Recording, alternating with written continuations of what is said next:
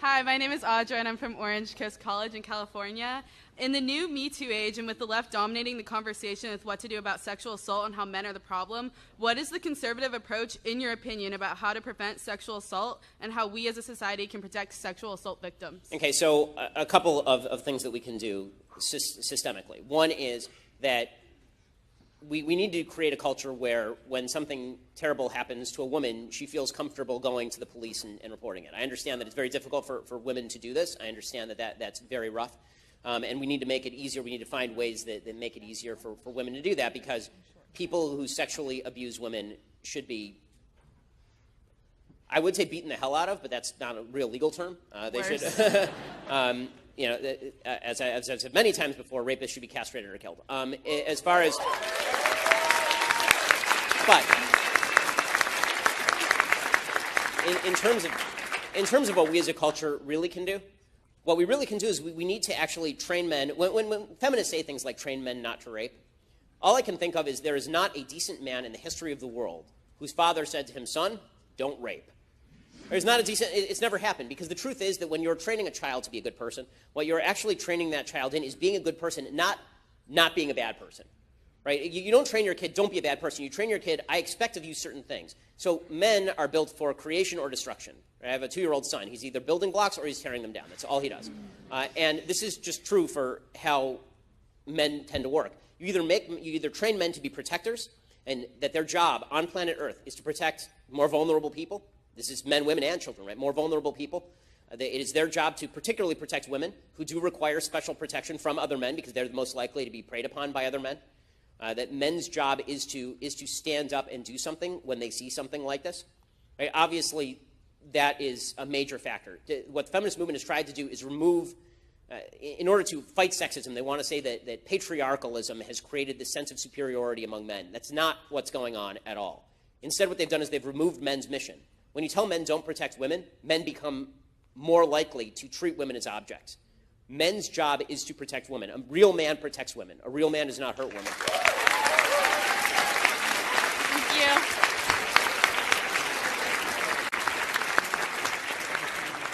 Hi, my name is Sarah. I study at Ramapo College of New Jersey. I just wanted to know what you think about the Young Advocates for Fair Education and the lawsuit in New York against Jewish Orthodox schools who don't provide any secular education.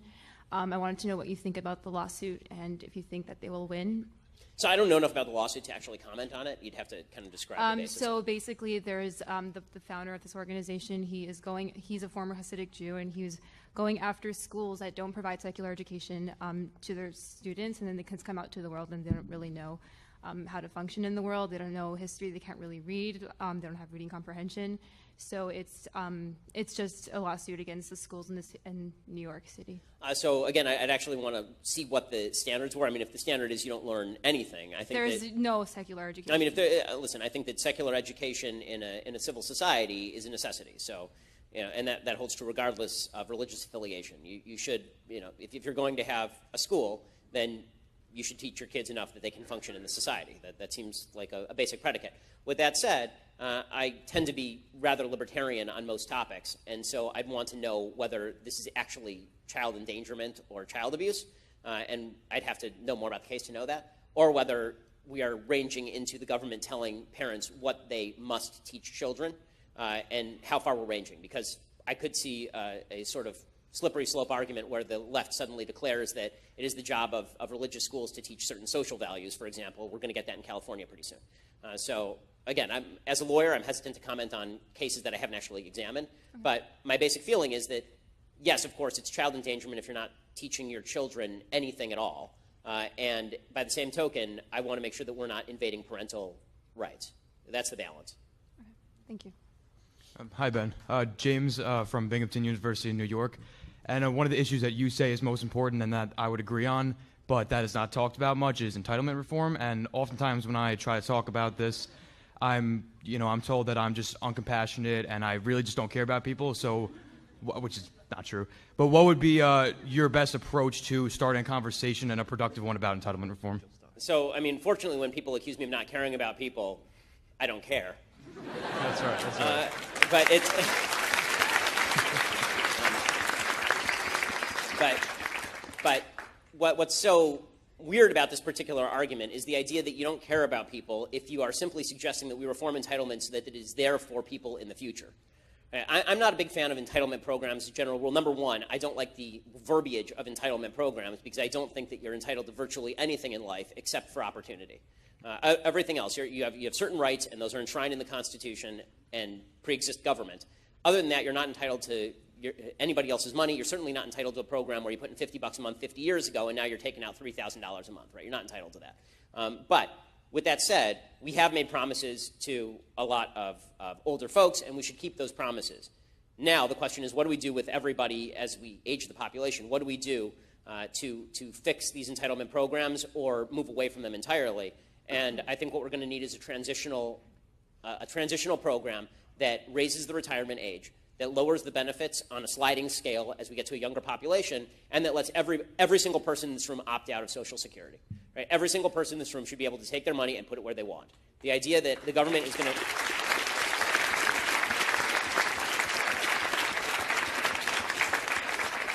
The idea the government's going to take my money away from me and put it in a lockbox somewhere and then spend it on somebody else because it's not actually in an Al Gore lockbox, and that then I'm going to be returned that money is a bunch of nonsense. I'm not a child. I'm an adult, and it's my money. Okay? I don't need you treating my money like it's your piggy bank.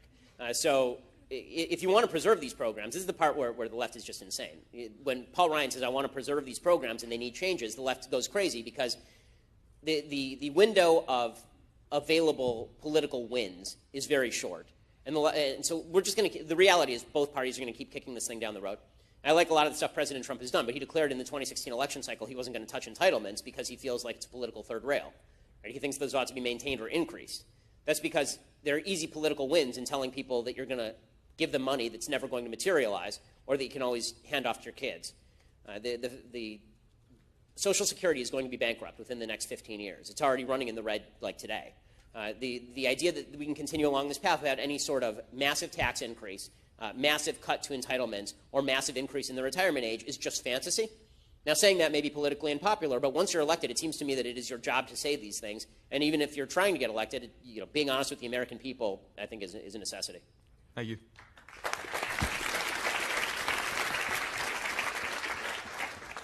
Good afternoon, Ben. My name's Ryan, and I'm from the United Kingdom. And one of the things I seem to have noticed about similarity between the British left and the American right is that they both conflate universality in healthcare with socialized medicine. Mm-hmm. And I like the part in your speech where you said about the fact that Switzerland has a more market-based healthcare system, right, yet it still has universality. So why don't more American conservatives argue from that position? So that was originally what Romney Care was sort of supposed to be. I think that the problem is that people in the United States have a general view of healthcare, which is that it is not my job to pay for your healthcare because healthcare is not a public good. I generally agree with this point of view, by the way, because healthcare, in order for something to be a public good, it has to be non-excludable, non-rivalrous. Right? It has to be something like the military where it can't exclude a particular person, and your use of the military doesn't diminish my use of the military. That's not true in medicine. My use of medicine has nothing to do with your use of medicine, so it really is an individual concern. Forcing people to pay for a level of insurance seems tyrannical to a lot of Americans because the idea that a government can force you to buy anything, particularly just for the sake of living, right? It's not even like car insurance. Car insurance, you can say, okay, well, you can't drive without car insurance, but they're basically saying you can't live without health insurance, right? You have to buy it. So on a principled level, a lot of conservatives have a problem with that, which is okay for conservatives because our answer is now it's your responsibility to go do that, and if you don't do that, then you bear the cost of that. The problem is that a bunch of people don't do it, and then they don't want to bear the cost of it, and so now what do you do?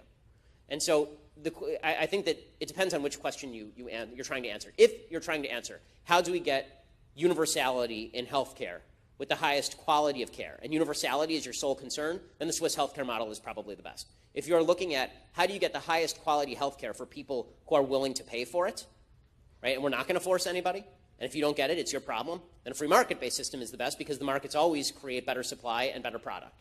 In the same way they did with LASIK eye surgery, where it used to be $20,000 an eye, insurance doesn't cover it.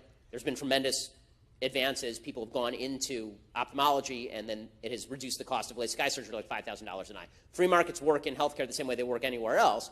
The big problem is that people are asking the question about universality. Markets do not guarantee universality. They guarantee access, but they don't guarantee universality. And so if you're answering universality, of course you need government to mandate it. If you don't care about universality, but you care more about quality, then you want a free market system. And this is why Dan McLaughlin in National Review, he's basically said, any healthcare system, you're looking for 3 qualities, but you can only have 2.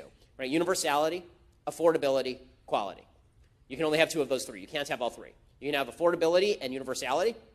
You're not going to have quality. It's going to be kind of crappy. You can have quality and universality, but that's going to be kind of expensive. Or you can have quality and affordability, which is going to be a market-based system, but it won't be universal because a bunch of people will opt out, not get their insurance, get hit by a car, and then whine about it. Right? So this is, you know, the question is, which system do you care most about? Because I'm more libertarian, I believe that people should bear the responsibility of their actions, and we should have social safety nets generally created voluntarily by communities in order to help pick people up who fall down. Thank you.